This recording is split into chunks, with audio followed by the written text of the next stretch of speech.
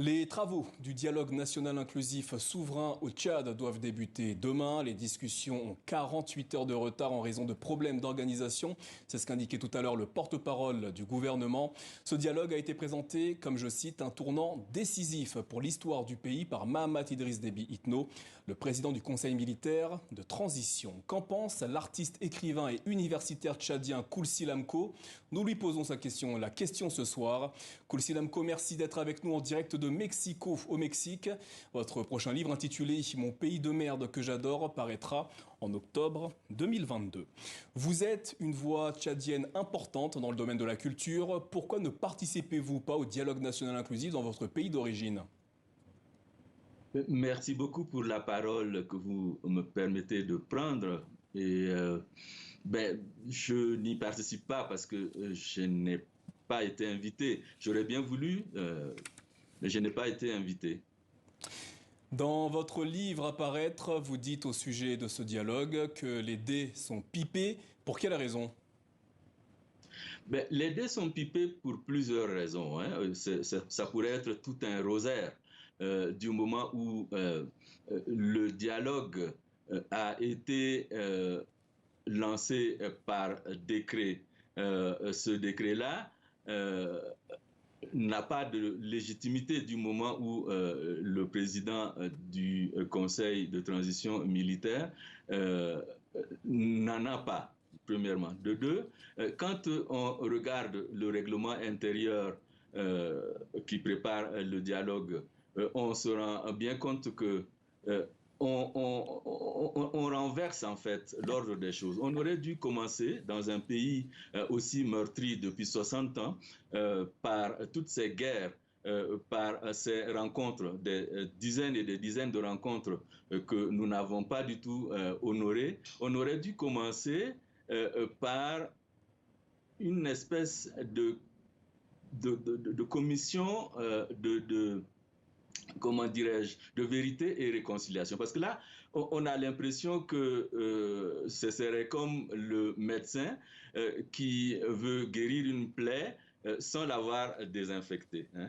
Donc, ce n'est pas à un dialogue qu'on va. On parle de souveraineté. Le dialogue n'est pas si souverain que cela du moment où le pré-dialogue s'est déroulé en dehors du territoire tchadien. Du moment où tous ceux Koulsi qui... Lamko, comment ce dialogue aurait dû être organisé selon vous?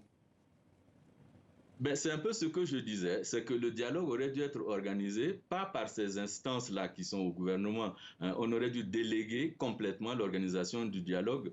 La souveraineté, elle est populaire, hein. De quelle légitimité ceux qui organisent le dialogue disposent, en fait? C'est ça la grande question. Certains groupes et partis politiques sont absents, mais beaucoup d'autres sont présents à ce dialogue national inclusif au Tchad. Ne faut-il pas privilégier les discussions avec ceux qui souhaitent échanger quant à l'avenir du Tchad? Je pense que tous les Tchadiens souhaitent échanger sur l'avenir du Tchad, hein, et avoir une vision commune qui nous permette de sortir de 60 ans comment dirais-je, de violence systémique.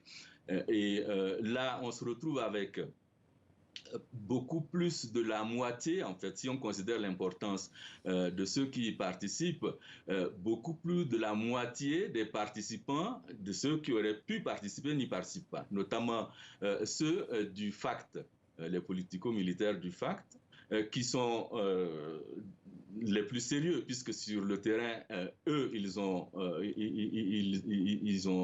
des militaires. Les autres qu'on a rassemblés par-ci, par-là, pour beaucoup, sont d'anciens rebelles ou des gens comment dirais-je, appelés de N'Djamena et qui ne sont pas aussi représentatifs finalement par rapport aux politico-militaires. La seconde chose... Koulsi Lamko, Oui. que pensez-vous de la position de Mahamat Idriss Déby Itno, le président du Conseil militaire de transition, qui n'a pas pris position quant à son éventuelle participation aux prochaines élections dans le pays? Il aurait dû le faire. Je crois que cela nous éviterait de douter de la sincérité de ce dialogue-là.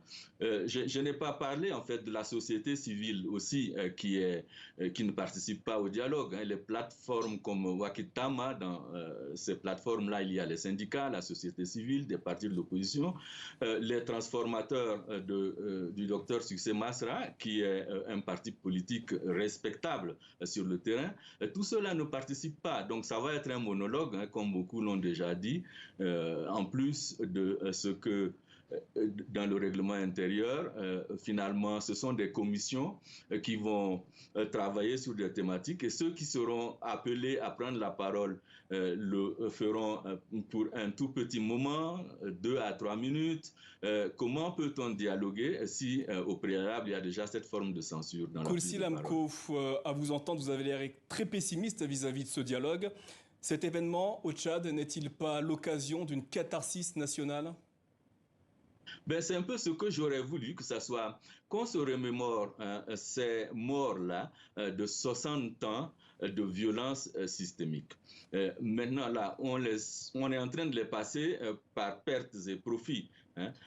Ça veut dire qu'on va se rassembler, ça va être une espèce de... J'aime le théâtre, donc je ne dirais pas que ça va être une espèce de théâtre, mais ça ne sera rien de sérieux. Du moment où on n'aura pas réfléchi véritablement sur le passé, du moment où on n'aura pas réfléchi sur la forme de l'État, c'est important, hein, la forme de l'État est pour nous, aurait été pour nous le point central autour duquel on aurait pu discuter. Mais là non plus, on n'en parle pas. Du moins, on va évacuer. Beaucoup de gens dans le pays ont envie que ça change et que l'on sorte un peu du cadre formel de l'État-nation néocolonial qui n'est qu'une représentation une copie pâle en fait de l'État colonial et qui génère en lui-même toutes ces violences que nous connaissons. Et puis qu'on réussisse à un moment ou à un autre, nous sortir nous-mêmes de cette omniprésence en fait de la France hein, avec ses militaires du Qatar et de tous ces pays-là qui ont pris le Tchad en otage. Parce que le pays est en otage. Dès le début, on l'appelait d'ailleurs le cœur mort de l'Afrique ou bien le porte-avion du désert. Et donc, qu'on sorte vraiment de cette logique-là et que l'on réussisse à proposer d'autres moules pour que la parole soit redonnée au peuple. Et je crois que c'est vers cela qu'on aurait dû aller au lieu de réchauffer un dialogue qui n'en sera même pas un du moment où les instances, comment dirais-je, les plus sérieuses n'y participent pas. Koulsi Lamko, merci d'avoir répondu à nos questions ce soir. Votre prochain livre intitulé Mon pays de merde que j'adore paraîtra en octobre 2022.